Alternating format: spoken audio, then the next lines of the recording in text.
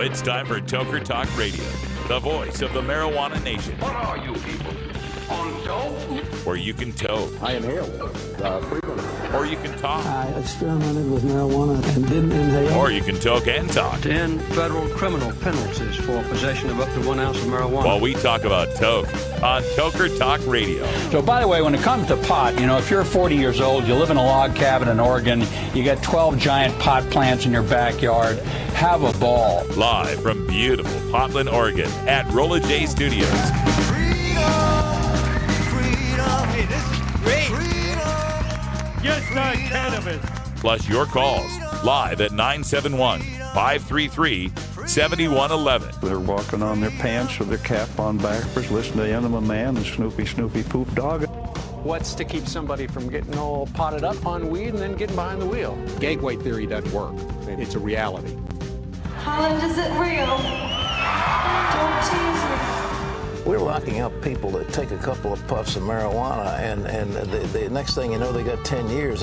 And now, here's your host, the guru of ganja graphics, the sultan of sativa statistics, and the worst nightmare of a reefer mad prohibitionist.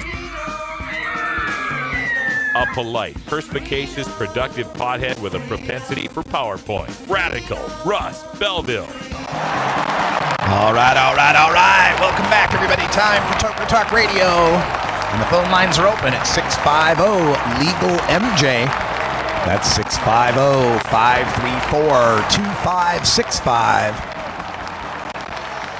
Legal MJ. That's what we're fighting for here at the Russ Belville Show. Been doing it since 2005, and I'll keep doing it until it's legal in Singapore. Yeah, people ask sometimes, what do you think is going to be the last state to legalize? And sometimes I say Singapore, just because, like a nation state, right? Kind of throws people off. But it's something to think about, because here in America, our legalization is proceeding apace, and within the next 20 years, I think pretty much anybody everywhere in the states will be able to get some weed. Laws will be different. I mean, California will have lounges and pretty much free for all, and Kansas might be just decrim at that point. But still, it's going to get better over these next couple decades for sure. But that doesn't mean that we rest on our laurels, and that doesn't mean there's not still battles to fight. And that's where I'm starting to take my look now, internationally, at what it's going to take to get us out of these UN treaties, and what it's going to take to change the laws in the producer countries, and to take a broader view of this whole fight beyond just marijuana into all drugs that people might want to use. And it's a tough one for some people to get around. There's a strain, if you pardon the expression, of marijuana users that kind of get up on their high horse about it. Marijuana is the sacred herb, and marijuana is the healing of the nations, and marijuana is a miracle medicine, and marijuana is safer than everything ever, right? And they kind of cast aspersions on the users of other substances and the danger of other substances. Now, this isn't to say that other drugs don't provide greater dangers. No, sure, absolutely, I'll cop to that, no doubt. But that's not to say that a drug having a greater risk potential makes it per se dangerous, right? It's not like marijuana is a baseline and anything riskier than that is a danger. I mean, everything's a danger to some level. We need to understand it as a spectrum. There's no good or bad drugs. There's just varying degrees of risk associated with them. That's what I think we need to, the point we need to get across. And it's going to be difficult because we've got, 57% of the people, according to Pew now, that say they support marijuana legalization, but any other drug, it's like 6, 7, 8%. Heroin, coke, meth, like 4%, right? And I think part of the thing we're going to find ourselves having to undo is some of the ways that we fought for marijuana legalization, because those arguments don't work as well for the other drugs. My argument has always been, it don't matter if it's Drano. I got the right to put it in my body. I'm one of those guys. I'm for suicide. I'm for physician-assisted suicide. Hell, I'm for, set up a clinic, like an abortion clinic for, adults.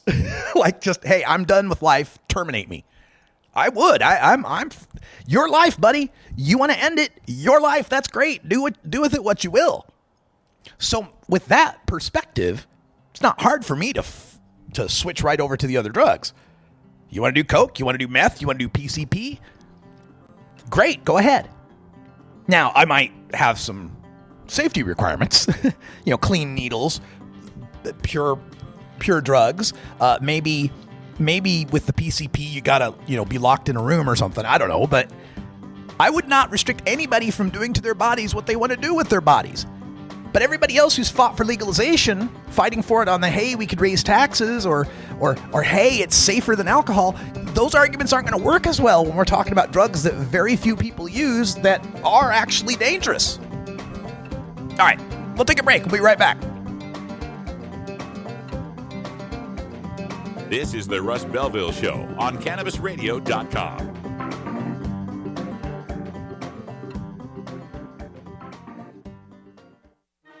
Legal to listen to all over the world.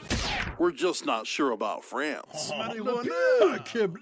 CannabisRadio.com. The next generation of vaporizers has arrived. Vuber vaporizers are blazing the way with unparalleled technology for oil, concentrate, or dry flower pens. Providing unsurpassed customer service and expert craftsmanship, Vuber vaporizers use cutting-edge technology, providing a power-packed, smoother vapor with a lifetime guarantee. Experience vaporizing the way it was meant to be. The Vuber way.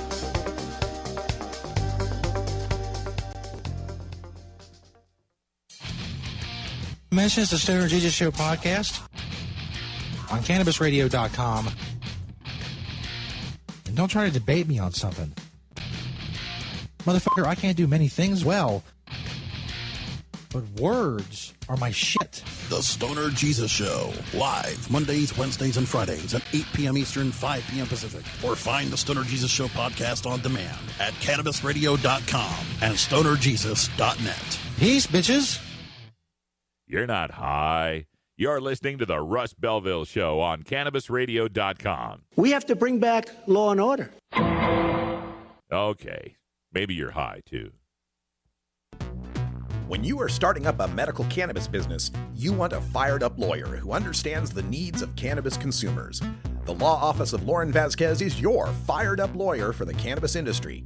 Visit her website, fireduplawyer.com, or call 1-855-MMJ-LAWS for more information. That's 855-665-5297 for Lauren Vasquez, your fired-up lawyer, or email fireduplawyer@gmail.com.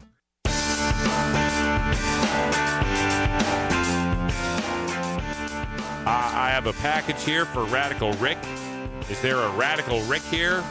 How about a Rick Russ? Any Rick Russ? Somebody named Freddie Barack has sent him a package. Anybody? What is that? Sounds like a skunk. You're tuned into the Russ Belville Show, the voice of the marijuana nation, only on CannabisRadio.com. All right, welcome back, everybody. Got a great chat room going on here at CannabisRadio.com. If you haven't been there, you need to join us. We got a good set of regulars that'll help you out. If you're listening on the Spreaker player, on that Spreaker player, there's a little thing that looks like a little cartoon balloon, kind of an icon, like a little chat bubble. Click on that. It'll open up the chat room for you.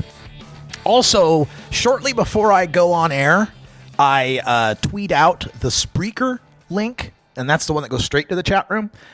You can use that as well to get in there. But join us. We got Jerry and Doc and Runaround and Michael and High in Hawaii and a bunch of folks that are hanging out, having us a good time. Now, I wanted to continue on my Dr. Oz rant. And by the way, you can find this rant up on weednews.co, the news site that I'm a co-partner of. Co-partner? That's kind of redundant, isn't it? Anyway, I'm a partner on this website, and the whole rant is up there with plenty of links if you want to follow up on this stuff. But I need to get the rest of this out because the guy just pisses me off. In fact, all these TV doctors piss me off. Dr. Phil, Dr. Oz, the doctors, whoever the hell. They all piss me off. And not necessarily because of who they are, although in the case of Dr. Phil and Dr. Oz, that's a contributing factor. But the fact that they're on TV at all.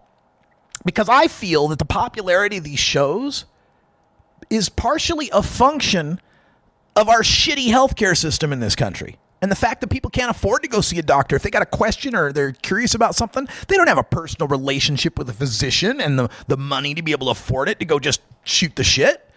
So they got to watch some quack on TV trying to sell some, green coffee bean weight loss cure he's getting kickbacks for. And what kind of public service is that? So Dr. Roz and this other Dr. Roizen, they wrote this op-ed. It's up on the Idaho Statesman. It's all over the place. And I was just going through it because there was 10 different ways they denigrated and tried to undermine support for medical marijuana. 10 different ways in a 650-word piece. I got through the first 5 in the rant. Let me get the other 5 out right now. So they had just finished talking about how, if you want pain relief, you don't want to smoke pot because smoking is inflammation, and inflammation may cause more pain. And I kind of chided him on, hey, there's edibles, there's tinctures, there's vaporizers, right? So the very next paragraph, here's the quote. These same inflammatory molecules don't seem to accumulate when marijuana is eaten. But if you're going to eat pot brownies, gummies, or hard candies, beware of kids' access to them. Overdoses are dangerous. Well, I guess be careful what I ask for, right? Doc Oz here is acknowledging that there are marijuana-infused edibles to eliminate the harms from smoking, like I wanted him to. But then immediately tries to make it scary by threatening a danger to children. Look, nobody wants to see kids ingesting marijuana, but that's a risk born from bad parenting, not a risk from the marijuana-infused edibles. Kids face no more danger from eating unsecured marijuana gummies than eating unsecured vitamin gummies. Both are going to give the kids some discomfort. Both are non-toxic. And in both cases, the kids will recover in a few hours with no lasting effects. Now, they wouldn't turn out so well if they got into the unsecured chocolate laxatives or the unsecured Jell-O shots or the unsecured Tide laundry pods that look like candy.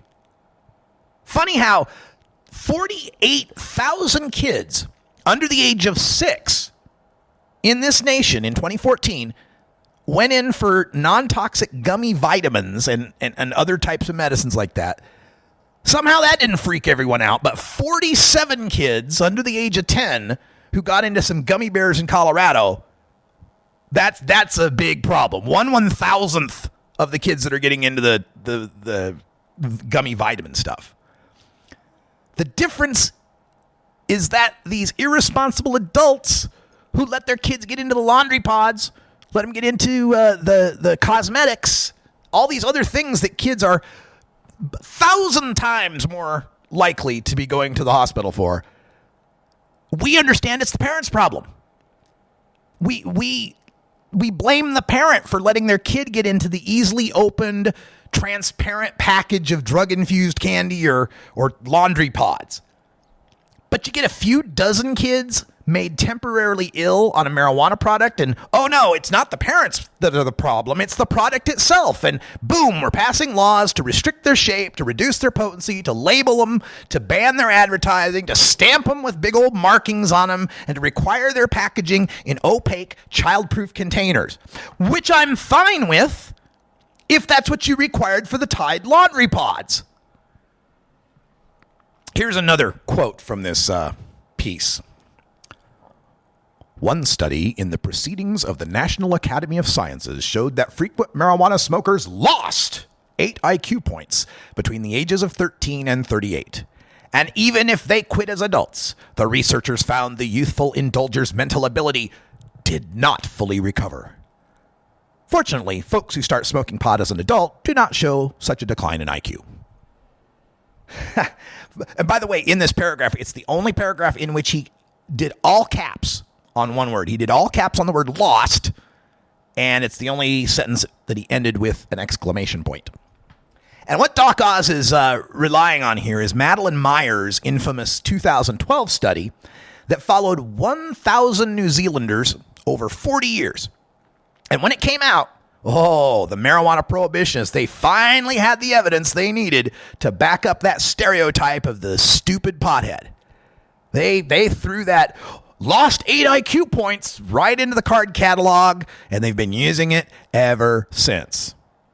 Of course, they paid no attention to the researcher in 2013 who debunked the conclusion using the same data and published his results in the same peer-reviewed journal where Meyer's study was published. Then they ignored that there were only 38 examples of early onset frequent use subjects to prove this IQ loss. 38, a dubiously small sample. And of course, they paid no attention to the 2016 study of over 2,200 teenagers that showed no short-term effect on adolescent IQ, even in the heavy marijuana users. And they never acknowledged another 2016 study, this time with over 3,000 pairs of twins, where one twin tokes and the other one abstains, that showed no decline in adolescent IQ based on marijuana use. And by the way, they actually did find that some of the pot-smoking twins, their IQ went down, but their non-pot smoking twins' IQ went down as well, which suggests genetic factors or environmental factors that they share rather than the pot smoking. Oh, this next one. Oh, this quote. I love this one. Here's a quote from Dr. Oz's piece. Quote, "When used in a well-regulated program to address specific medical issues, marijuana can convey some benefits." End quote. Well, damning with faint praise, are we?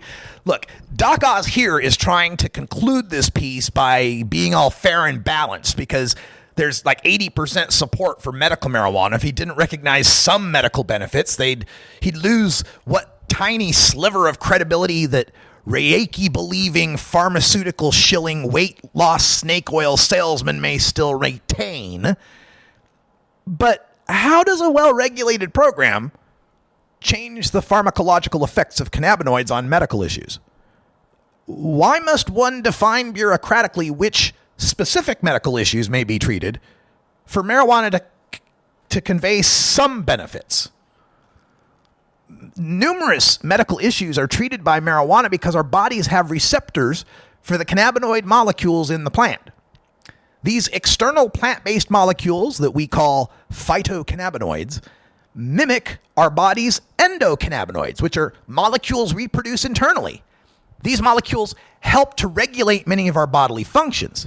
And this endocannabinoid system couldn't care less whether you've registered with the state, whether you qualified with some particular condition, whether you got a card, whether you shopped in a dispensary, or whether you followed the strict regulations for medical cannabis use. Hell, your body will experience the same benefits to the endocannabinoid system from smoking an illegal street marijuana joint for entertainment at an outdoor midnight Pink Floyd laser light show. The endocannabinoid system does not care about your medical marijuana law. Doc Oz is throwing this one in here to try to seem like, okay, if you got cancer and you're going to die, if you got AIDS, you're going to die. Well, I suppose we can let you have the side effects of the awful things that'll happen from marijuana because you're about to die. This is this marijuana as last resort bullshit we get from these people. That's what it is. He's trying to minimize this, trying to make it seem like, well, it's really risky. Should be the medicine of first resort. Here's another statement. Quote, "Treat it with the same understanding of its inherent risks and benefits as you do or should alcohol, which can be used in a recipe for a tasty fish stew or be a toxic substance that kills." This doctor, and I use the term loosely, in 650 words, has carefully arranged them to lead people to assume the worst. It uses the word risks 7 times, and in close proximity to toxin, toxic, carcinogen, dangerous, ammonia, cyanide, and health up in smoke. Now, it uses the word benefits 6 times, but then immediately undercuts it every time. When we come back from the break, I'm going to tackle the rest of those benefits, and we'll talk more about Dr. Oz. What is the main food that penguins eat? Spam? No, I don't like spam. Happy 420, everybody. It's 420 in the Pacific time zone. Time for us to take our union-mandated safety briefing. I'm feeling a little dangerous. And stay tuned. We're going to talk about Rick Steves making his way to Maine. And after that, the write-in campaign, Russ Belville for president, starts today.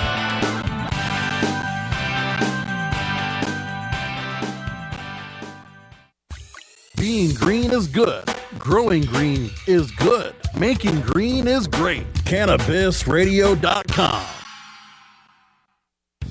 The cannabis industry is growing. Business is booming. And as new opportunities arise in newly legalized states, each market is getting more competitive. Today, it takes more than just being a good grower. Do you have the resources to market and handle this ever-changing business landscape? Let Canna Management Corporation help you grow your canna business with our vast resources and experience to make your business a fully functional service company. Financial management, HR, sales, marketing, efficiency, and more. CMC has the experience and the expertise to improve your business and help you better meet the demands of your clients and customers. Call Canna Management Corporation and let our team get you ready to grow. 415-269-8015. That's 415-269-8015. Or visit canna-management.com.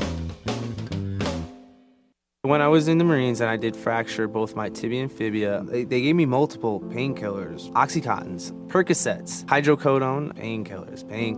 You're addicted. You know you're addicted. The pride that I took being a Marine was gone. With marijuana, I felt like not only can I treat myself and treat the pain, but I can also live. Dealing through the VA, it is never talked about. It was never an option. Why do I have to live in pain? This is Dan Michaels from DanMichaelsAudio.com, and you're listening to Radical Russ on CannabisRadio.com. The Russ Belville Show is proudly sponsored by the Marijuana Business Association. The MJBA, called by NBC News the Cannabis Chamber of Commerce, is the fastest growing business association in the fastest growing industry in America. I've been working with the MJBA for years, and I personally invite you to join the MJBA. MJBA also publishes the popular MJ Headline News on Facebook and the MJNewsNetwork.com and Marijuana Channel 1 on YouTube. Visit mjba.net for more details.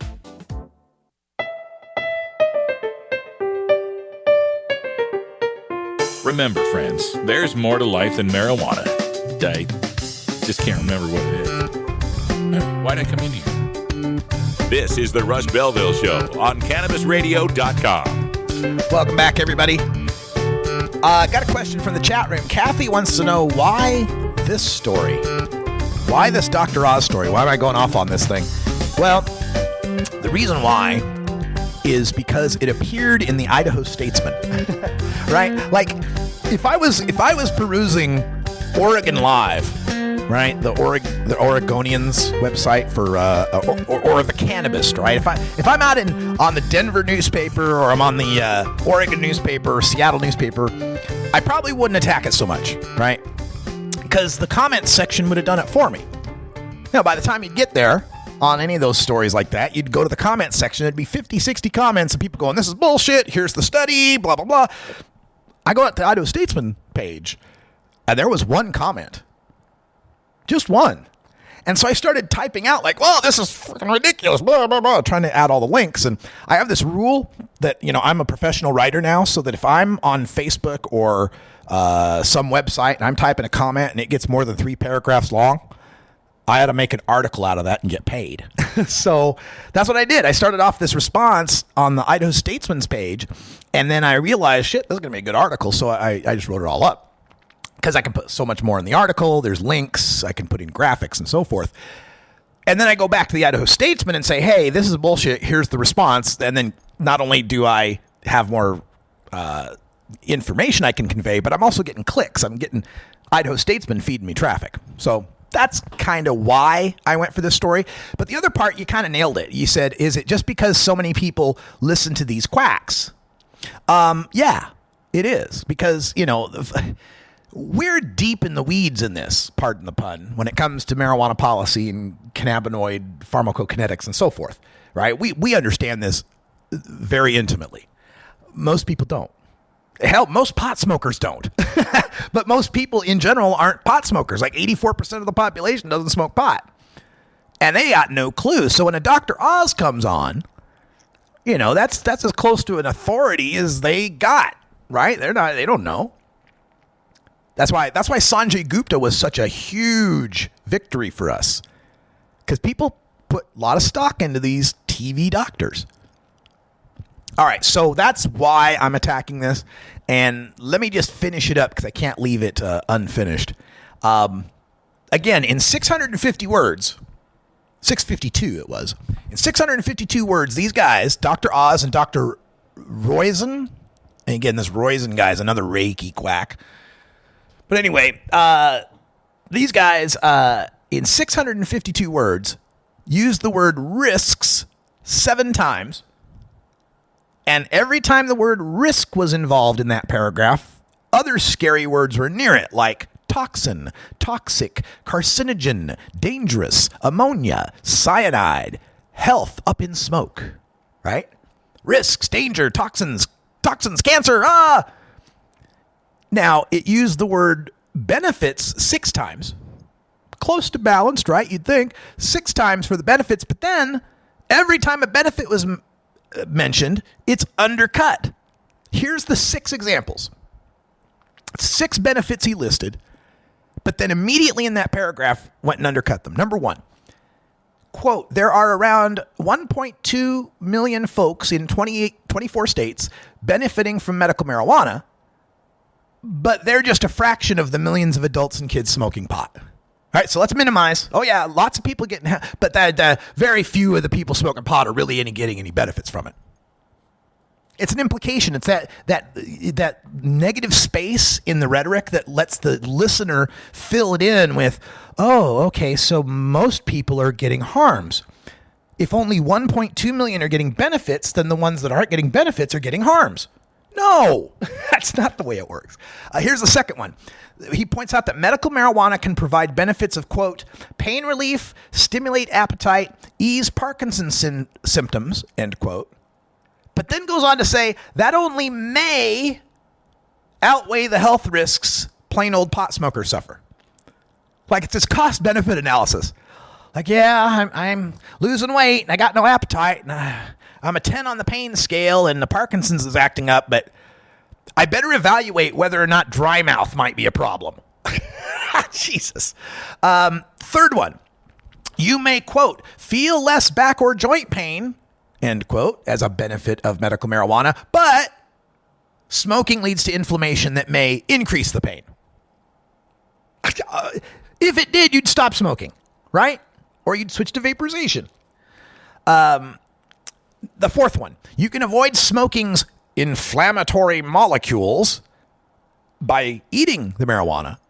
Oh, but then the kids will suffer dangerous and increasingly common marijuana overdoses. All right.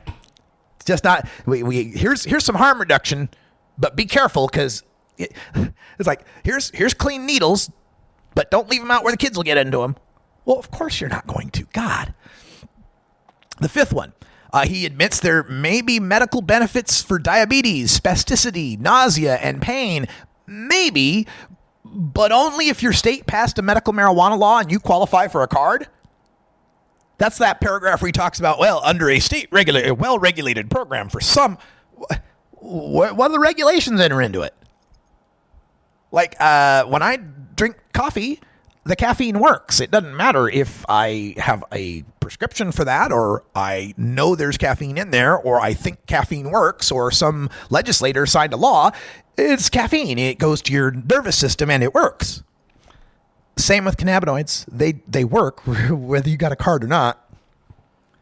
And then he closes with, marijuana has medical benefits that are increasingly accepted, but it's super potent now, so we should treat it like alcohol, quote, a toxic substance that kills, end quote. Folks, treating marijuana like alcohol is a gross misunderstanding of both substances and an insult to marijuana. Treating marijuana as more harmful than pharmaceuticals is a gross misapplication of drug regulations and an insult to patients. Treating marijuana with more skepticism than Reiki is a gross dereliction of scientific duty and an insult to audiences. But treating marijuana to a reefer madness write-up from TV's quackiest doctor is just gross. All right, if you want to pick up that piece, it's available on weednews.co, your independent source for the best in marijuana news and opinion. All right, there's a great story in the Portland Press Herald today. Important because we got that news out of Maine, and I was putting the news together when I got that story out of Maine. I hadn't had a chance to do the debunking on it yet, so I'll tackle that. But if you missed the first hour, Maine's Attorney General has issued this opinion that says, if you legalize with question 1 in Maine, we can't punish kids that smoke pot. Now, the legal theory, as was reported in the story, again, I haven't double-checked it yet. The legal theory is that Maine's question 1 repeals or supersedes, probably, the existing decrim in Maine. Maine's decrim law says if you cop less than 2.5 ounces, it's like a ticket, an infraction, right?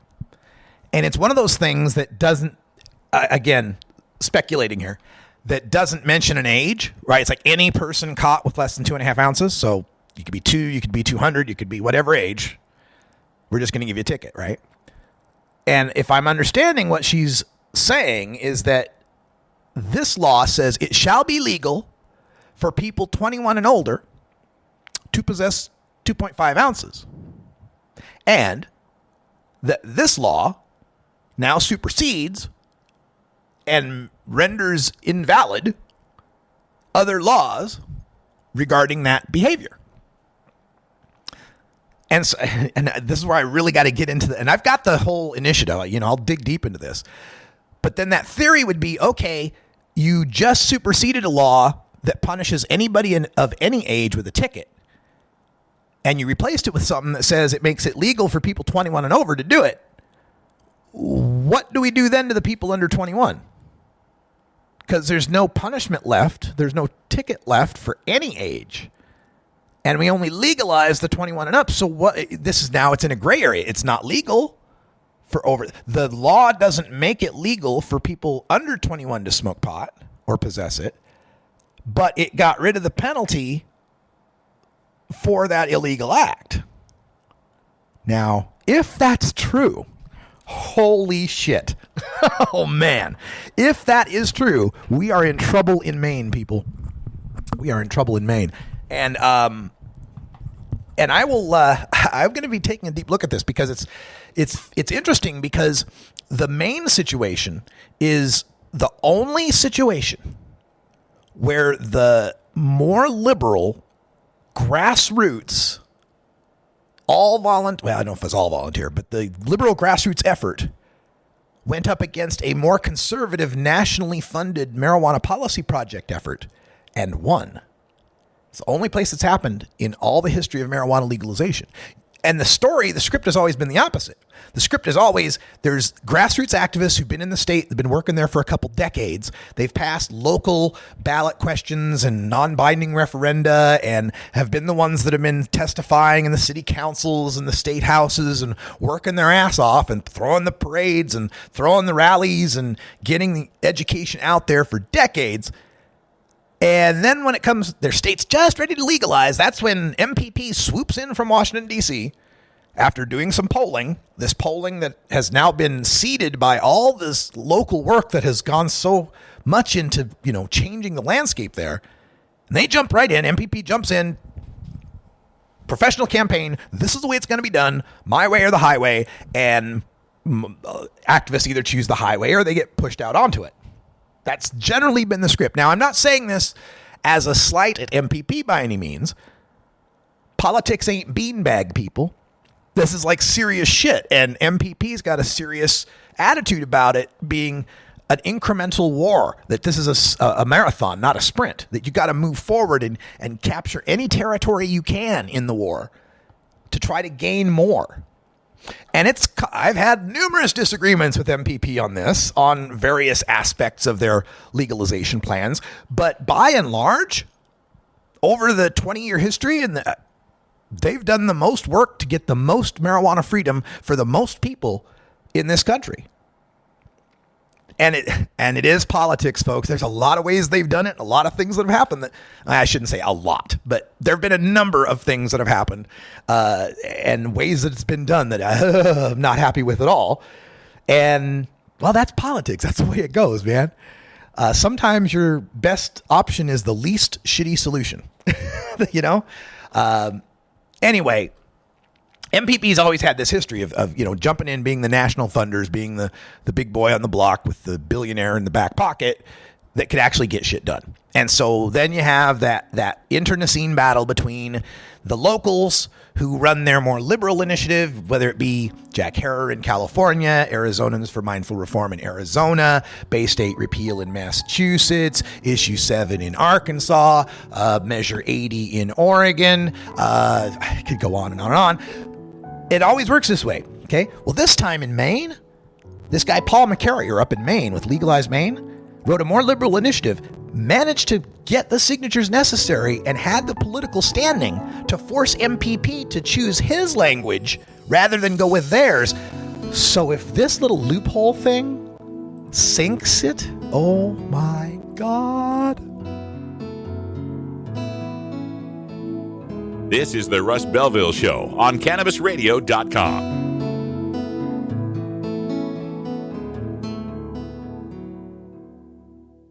Cannabis use isn't the only thing growing. So are we. Grow with us. CannabisRadio.com. Great websites today need expert web design and development and need to be e-commerce ready and mobile friendly. But building a marketable and profitable website can be an uphill climb. Ready to make your new website or replace your existing website? Think Orange as the new way to get in the black. Orange Hill Development works with Fortune 500 companies and offer the same top quality development service at a fraction of what other providers charge. Brands like Absolute, Carlsberg, and Nestea trust Orange Hill Development. Find out why you should trust your website with Orange Hill. Contact Orange Hill for a consultation today at orangehilldevelopment.com. Previously on the Stoner Jesus Show. Hello? Hey, are you the one that put the ad on Craigslist? It was in the personal section about, want to have a little good time tonight? No. Nothing about, any backdoor action? No. A little fifth base? You're not into that? No, and I suggest you don't fucking call my phone number, you fucking perverted bastard. Are you sure you're not the one on the Craigslist? You're talking dirty to me. Damn, she hung up. That was good. It was funny, though. The Stoner Jesus Show, live Mondays, Wednesdays, and Fridays at 8 p.m. Eastern, 5 p.m. Pacific. Or find the Stoner Jesus Show podcast on demand at CannabisRadio.com and StonerJesus.net. Peace, bitches. The Russ Belville Show. We're as much like Cheech and Chong as ordinary Americans are like the Three Stooges. Hey, Mo! Hey everybody, it's Radical Russ here from 420 Radio, inviting you to be like me and get your ink done at Lucky Horseshoe Tattoo, Fort Worth's most female-friendly, clean, sterile, awesome tattoo shop. Thomas and his crew are true artists who can design you a custom piece or use a design you bring in. Lucky Horseshoe Tattoo also offers all styles of tattooing as well as piercings and all-around fun. In the DFW area, stop by Lucky Horseshoe Tattoo and tell them Radical Russ sent you. Trust me, it'll feel awesome.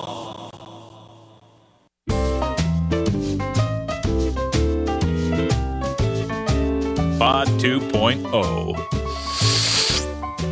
It's not your father's Woodstock weed.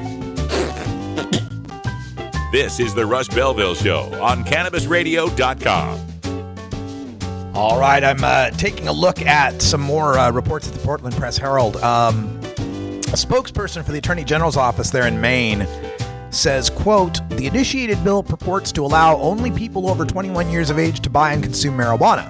However, it says nothing about people under the age of 21. Nothing in this bill makes it unlawful for a child to possess marijuana. there are no penalties, end quote. All right, we will take a look. He says, quote, this is the very statute that makes it a juvenile crime to possess marijuana. Repealing this provision of Title 22 makes it lawful for juveniles of any age to buy, possess, and consume a usable amount of marijuana. The same would be true for people ages 18 to 20. Oh my God. This is, now, obviously, should this pass, it is something that can be fixed. If this is truly the problem, you can pass this and fix it. Second of all, what? Look, if the penalty right now for a kid caught with weed is a ticket, then it goes from being a ticket to not being a penalty at all. Do you really think that makes a huge difference in whether or not kids are getting it? Because the commercial aspect of Maine's legalization, they wouldn't be able to get in the pot shops. They wouldn't be able to be growers. They wouldn't be able to get into the pot lounges. So they'd be getting pot the same way they do now. The difference would be you wouldn't be able to get $150 from their parents. Look, the punishment that's going to deter a kid is the punishment that comes from his parents, from his guardians, from the schools, from the churches, from the sports teams they play on, the bands, the orchestras they're a part of. Those kind of sanctions are going to mean more to a kid than making his parents pay a $150 fine. Now, of course, Scott Gagnon wants them to withdraw. They should withdraw immediately, come back with something better that he can continue to fight no matter what they bring. Okay, this other part, the whole point of the whole Maine story was to talk about Rick Steves, who's heading to the Maine, the cities in Maine to campaign. I didn't want to have to say that. The cities in Maine to campaign from the plane, or the rain in Spain. Anyway, Rick Steves is the largest individual donor to the Maine campaign. He's, of course, a board member for NORML, the National Organization for the Reform of Marijuana Laws. He's put $100,000 into Maine's campaign. He's total put in about $800,000 between Washington, Oregon, Maine. I think he's donated to Massachusetts as well. He's going to be campaigning in Massachusetts, too. And, of course, he talks about all his typical, the European perspective and taking the crime out of the equation and being smart, not hard on drugs. And Gagnon, of course, pops in. By the way, I'm going to try to get Gagnon on the show for election night. I'll tell you more about that tomorrow. But anyway, Gagnon says it's going to be awful. Legalization is going to make the world fall apart. And that Portugal, this is the important part here. Scott Gagnon, the No on One campaign director, says he suspects Steves will talk to Mainers about experiences in Portugal and the Netherlands as a way to argue for legalization in the United States. Gagnon points out those countries are very different, and their cultures are not applicable to the United States. Oh, Jesus, the American exceptionalism argument. Yes, drug addiction and HIV infection rates and crime rates and all of that work completely different in Portugal. The Netherlands is a completely different, their cultures are different. There's a different world. It's a whole different place. America's special and it would never work here. You know what that's code for? You know this is code talk, don't you? When people say the cultures in Europe are different. Yeah, what they're talking about is that, well, see, they don't have, our ghettos, those people. They don't have the gangbangers and the thugs like we do. Which is bullshit because they do. They're called different things and different racial epithets, but every culture's got its problems with crime and immigration and whatever else.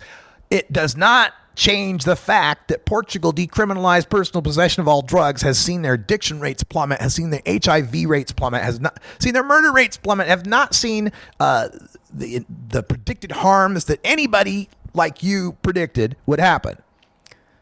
I wanted to get that out because I get so sick of hearing that in the drug debate. Oh, well, what other countries have done, we can learn nothing from that. Yeah, they have socialized health care and no guns. So obviously we're so different it would never work. I don't know. Maybe they're right. I don't know. One final thing for the day. I gotta talk to my third-party voters out there. Some of you know this is coming. Last night I got to my DVR, got to watch John Oliver's remarkable takedown of Gary Johnson and Jill Stein. It was epic, fantastic, and just the way Oliver does his stuff, he's really good at it. But that's not where I wanted to go, because I've been thinking about this for a while, obviously, and it really has little to do with Gary Johnson or Jill Stein this time. The point is that one of two people will be president. This is an immutable fact. One of two people are going to be our president for the next 4 years. It will either be Donald J. Trump or Hillary Rodham Clinton. One of those two people will be the next president. Now, if we can't go past this part of the discussion, if you really, really think anybody else has any shot at being president, save yourself some time, stop the stream right now, and do something more useful and productive with your day. Because we're not even inhabiting the same plane of reality at this point. If you can't acknowledge that one of those two people will be president. Okay, so those of you who are still with me, maybe you've acknowledged that. Maybe you acknowledge that, yeah, you're right. The system's fucked, man. It's a duopoly. It's locked in, tied down, bought and sold long time ago. That's what George Carlin used to always say. Man, this country was bought and sold long time ago. It's a big club and you ain't in it. It's their club and you ain't in it. Right? I've always subscribed to that, right? We're getting screwed no matter who gets elected. The question is do you get screwed with lube and a condom, or do you get screwed with a spiked dildo? That's where we're at here, okay? This is where we're at. And the argument then becomes a few of them. There's a few of them. Because I made them, folks. Remember, I made the arguments. The argument then becomes, well, number one, they're both equally awful. Hillary Clinton is going to bomb every other country and get us into a war with Russia over Syria, and is going to put the banksters in charge of the treasury and loot the treasury again. We're going to have a massive collapse and a crash, and it's the end of all civilization.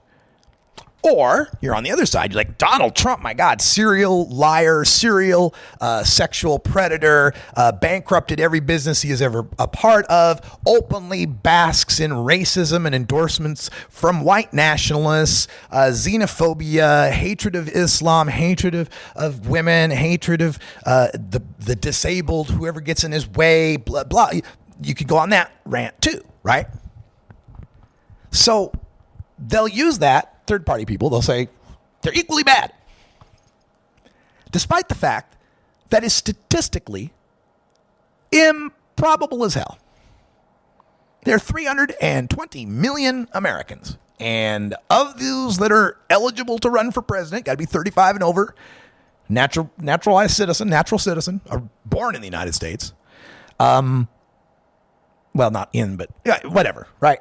If you meet the requirements for president, there's probably what? 50 million people? 40? I don't know. Pick a number, but it's a few million. The statistical probability that on the evil spectrum, you could pick 2 out of 20, 30, 40 million people who would come up with the exact same EQ, evil quotient, is impossible. Improbable as hell. It could happen, but improbable as hell that, let's say the evil quotient runs 1 to 100, and you're telling me Trump and Clinton are both a 98.65232. Exactly. Don't buy it. I don't buy it.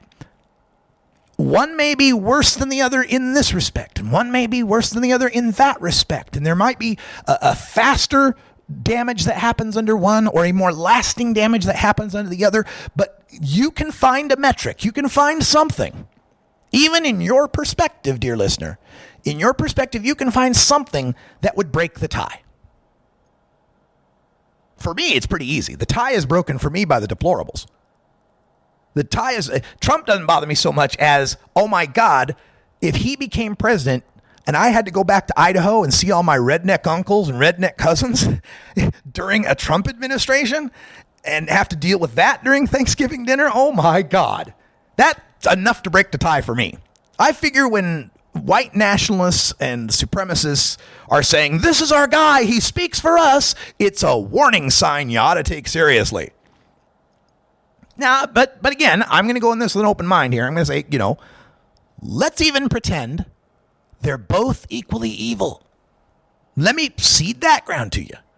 Let's say both Hillary and Donald are 98.65325 on the 1 to 100 evil quotient scale. They're exactly equally evil. Exactly equally evil will have exactly equally awful outcome no matter which one's president. Okay, let's presume that's the case. So, then you might say, well, then I'm going to vote. I'm going to vote for Gary Johnson. I'm going to vote for Jill Stein. For one, both Gary Johnson and Jill Stein openly support marijuana legalization and have for a long time. So I should vote for them. And for two, I can have a pure conscience knowing that I didn't approve of whichever 98.63523 evil person becomes the next president. Well, here's why I want to make my pitch. If you're just going to vote for someone that you know isn't going to be president because it makes you feel good, why not vote for me? Write my name in. Write in Russ Belville for president. I'm not going to be the next president, and neither are Jill Stein or Gary Johnson. So write me in. I've been supporting legalization for 10 years every day now. At great personal risk and expense. And I got some pretty cool ideas on some other things we could do in this country. Like the Russ Belville term limits amendment. In any one office at the federal level, one can only serve the number of terms less than or equal to 12 years. You can be a congressman for 6 terms. You can be a senator for 2 terms. You can be a president for 3 terms. You can be a Supreme Court justice for 12 years. That's it. You can put 48 years of your life into office, but you got to keep moving. That's just one idea I got for you. How's that? Right? Write me in. Why not? I'm going to have just as much effect on what either President Clinton or President Trump does in the next 4 years as Gary Johnson and Jill Stein will. I'll have exactly as much power. And if you don't think my campaign's serious enough, because, hell, I just announced it and I'm broke, there are other third-party candidates to choose from. There's a plethora of candidates out there that support our issue. You could vote for James C. Mitchell. Mitchell for president, Mitchell number 4 president 16.com, who says, we need to decriminalize recreational drugs, including medical marijuana, to be available free, dispensed from all federal health clinics to break the back economically of the illegal drug trade. Guy would have free weed from federal hospitals, folks. James C. Mitchell. You ain't got no Jill Stein or Gary Johnson talking about free weed from federal health clinics. How about J.D. Criveau from the Constitution Party, constitutionparty.com? Whereas Congress has authorized and allowed the bureaucratic Drug Enforcement Administration to manifest many abuses of power, including the right to keep and bear arms, to be secure in their persons, to speedy trial, face accusers, common law, excessive bail, cruel and unusual punishments, federal intrusion and usurpation of law enforcement authority. It is resolved that Congress to publicly investigate the manner in which all funds and authority granted by Congress to the DEA and other agencies involved in the so-called war on drugs are used, and to terminate authority and funding for all unconstitutional activities. These guys would investigate the DEA and defund them. That's J.D. Criveau. I haven't heard Jill Stein or Gary Johnson talking about defunding the DEA. How about Vermin Supreme? Vermin Supreme, the guy with the boot on his head, he's smoked marijuana a number of times on videos. He knows all about the endocannabinoid system. How about Terry Wheelock? Terry Wheelock, theuniversalfoundation.com. Terry Wheelock says we should demilitarize law enforcement to end police brutality, move from incarceration to rehabilitation, end institutionalized racism within our justice system, expand women's rights, equal pay for equal work, protect the rights of all LGBT people from discrimination, keep the internet neutral, affordable, and available for all, and decriminalize drug addiction and legalize medical marijuana, industrial hemp, and personal use. That's Terry Wheelock. Sounds like Jill Stein, doesn't he? God, if you're a Jill Stein fan, why not just vote for Terry Wheelock? They'll both get the same number of electoral votes, and you'll not have to vote for Clinton or Trump. How about Scott Smith? You can find his campaign at scottsmith2016.com. Scott Smith says that marijuana fits in the same category as alcohol. He lives in Colorado and says the legalization went well. Our state makes money rather than spending taxpayer dollars on criminalization. And he wants to crush the economics of the drug trade by saying, and this is his plan here, is we can effectively pull the rug out from under the drug lords by legalizing the use of drugs and putting the government in charge of producing and selling drugs. If drugs were cheap and legal, the criminal empire would be turned on its head overnight. There you go, man. Scott Smith, 2016.com.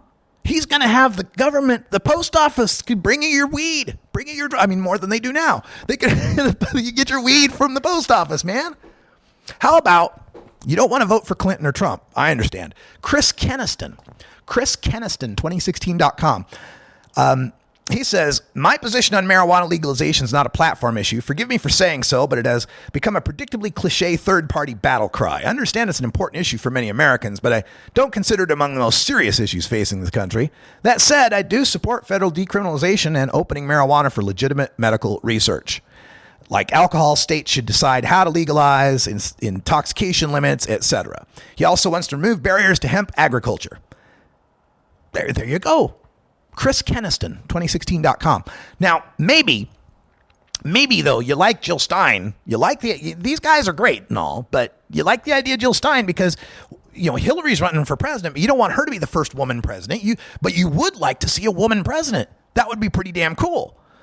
So, if you want a woman president, you have the opportunity to vote for Lynn Kahn, Kahn, Lynn Kahn. She's at vote for, number 4, LYNN 2016.com. Vote for Lynn 2016.com. In her platform, she says we must change all federal policies that have contributed to mass incarceration, militarization of police, and mistrust of our justice system, stop the war on drugs, redirect the funding to neighborhood-based networks of services, eliminate mandatory minimum sentencing, release all nonviolent and low-risk offenders from federal prisons, and stop funding for-profit prisons. Lynn Kahn, vote for Lynn 2016.com. And finally, you don't want to vote for Trump. You don't want to vote for Clinton. And you like Gary Johnson because he's kind of spacey. Kind of, he's like that Mars stuff and the sun's going to explode. You're kind of wanting a spacey, dopey guy. Zoltan Istvan. You can vote for Zoltan Istvan. He's running under the Transhumanist Party. You can find them at transhumanistparty.org. Transhumanistparty.org. He wants to spread a pro-science culture by emphasizing reason and secular values, advocate for morphological freedom, the right to do anything to your body as long as it doesn't harm others, end the costly war and legalize all drugs, significantly reduce mass incarceration, provide free public education at all levels. And the Transhumanist Party is very strong on the fact that robots will take over most of our jobs in the next 30 years, and they advocate for a universal basic income. We're going to let the robots take over all the work, and then we just get paychecks for sitting around smoking our legal weed. There you go, 10 different choices other than Gary Johnson or Jill Stein, or hell, you can just write me in. All of us combined will have the same electoral votes on November 9th. None. For everyone here at CannabisRadio.com, I'm Radical Russ. Thanks for joining us. Until next time, take care of each other, Tokers. This is the Russ Belville Show. The Russ Belville Show is blogging and podcasting daily at RadicalRuss.com. You take a seat, you plant it, grow it, you dry it, you roll it, you smoke it. You take a seed, you plant it, you grow it, you dry it, you roll it, you smoke it. You take a seed, you